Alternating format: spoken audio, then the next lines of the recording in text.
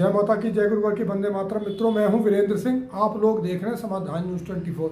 मित्रों, मैं आज विशेष चिंतन परम पूज्य गुरुदेव जी के जो कि 10 मिनट के हैं, इन 10 मिनट के चिंतनों में संसार की समस्त समस्याओं का समाधान, आपके जीवन की व्यक्तिगत समस्याओं का समाधान और समाज के अंदर जो अशांति है, जो अधर्म फैला हुआ है, वो क्यों फैला हुआ है, उसका समाधान क्या है, किस प्रकार से आप अपने जीवन में साधना करके मुक्ति पथ पर बढ़ सकते हैं, आपके जीवन की समस्याओं का समाधान हो सकता है।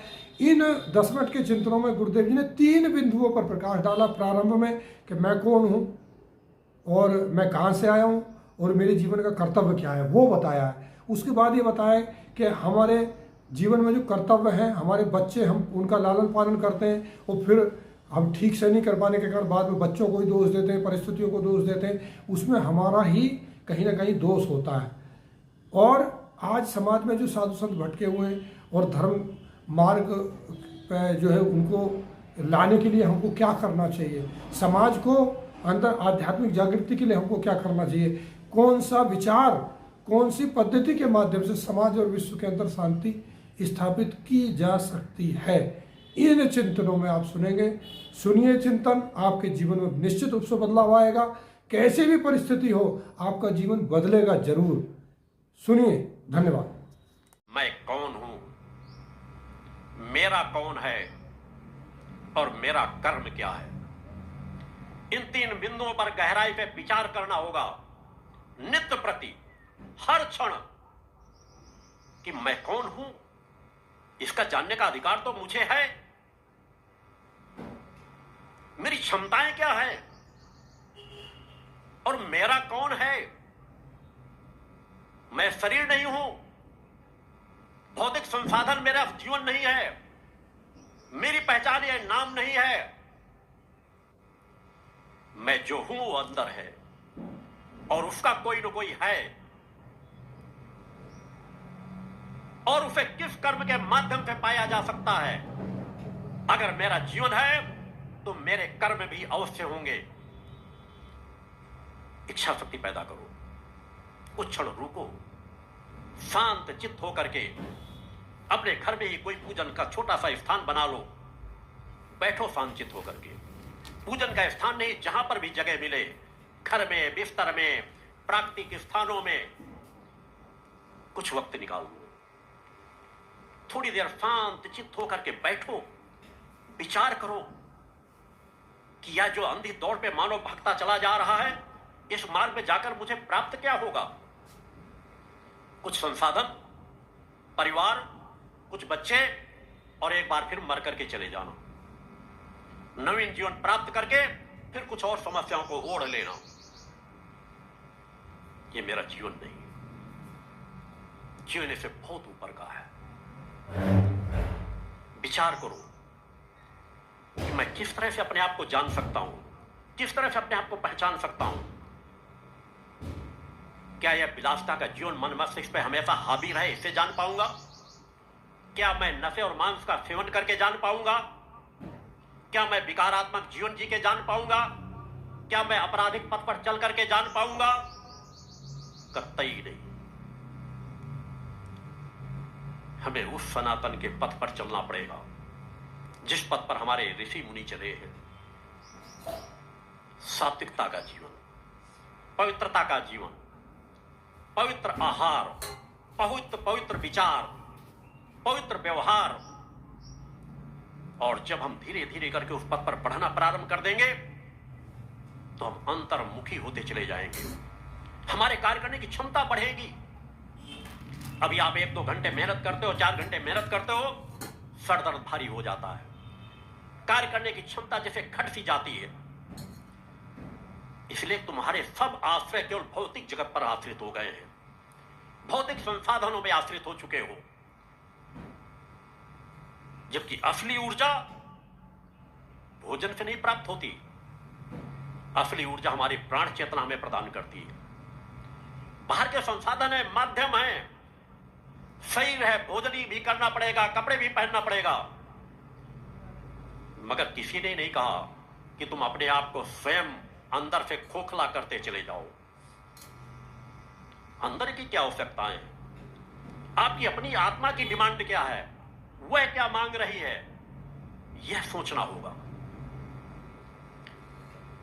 आत्मा तुमसे सात्विकता चाहती है, सात्विक आहार चाहती है, सात्विक विचार चाहती है। आत्मा चाहती है कि तुम सतोगुणी जीवन जियो।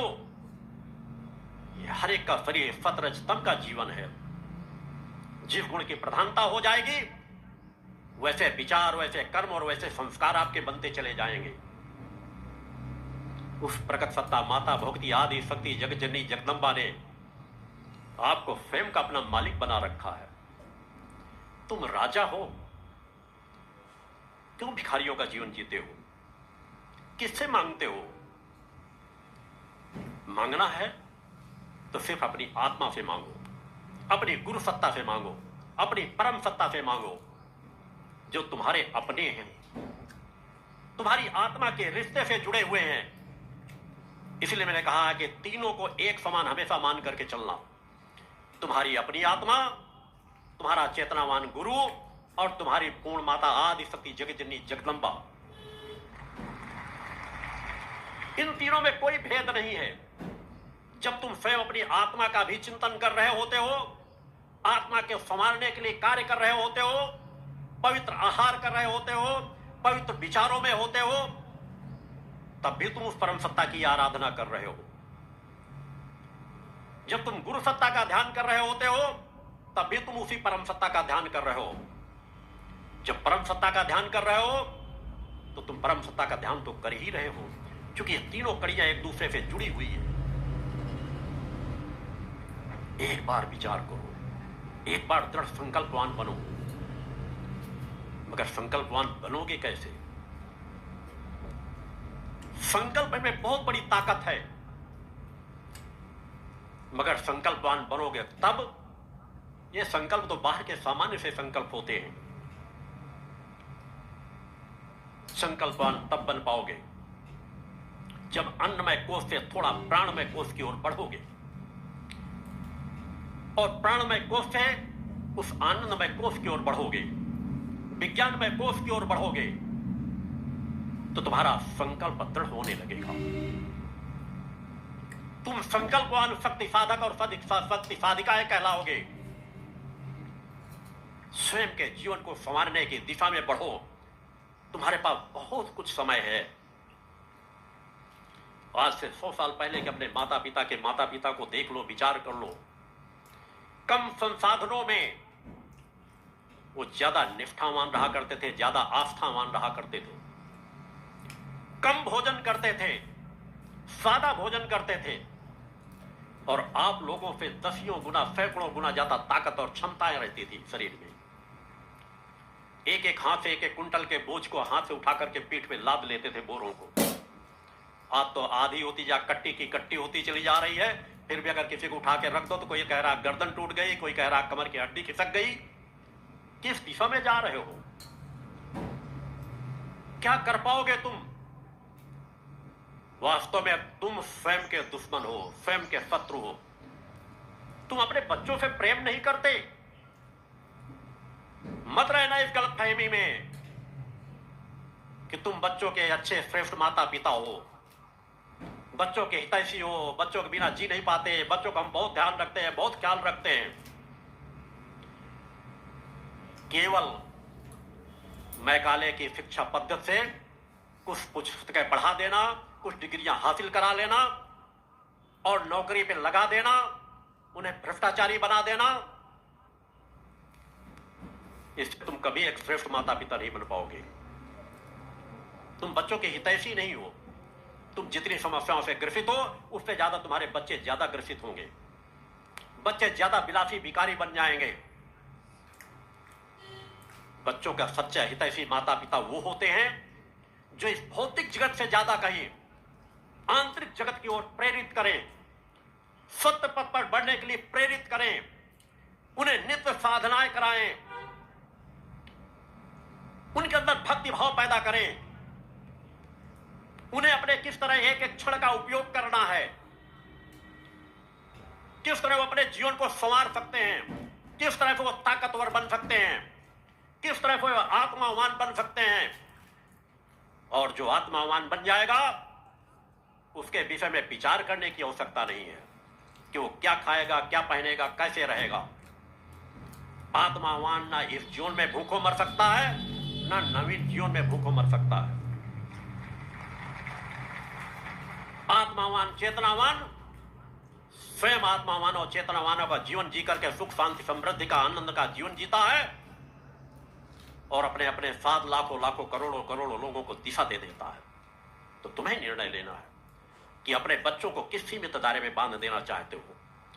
केवल एक घर के सीमित दायरे में, कुछ बैंक बैलेंस बना लेने से, कुछ गाड़ी, कुछ जेवरात खरीद लेने से, और वह धन संपदा भी वो अपने साथ नहीं ले जा पाएंगे, न तुम अपने साथ ले जा पाओगे, न तुम्हारे पूर्वज ले गए हैं। सब यही कहीं धरा रह जाएगा। जाएगा क्या? तुम्हारे संस्कार, तुम्हारी तपस्या,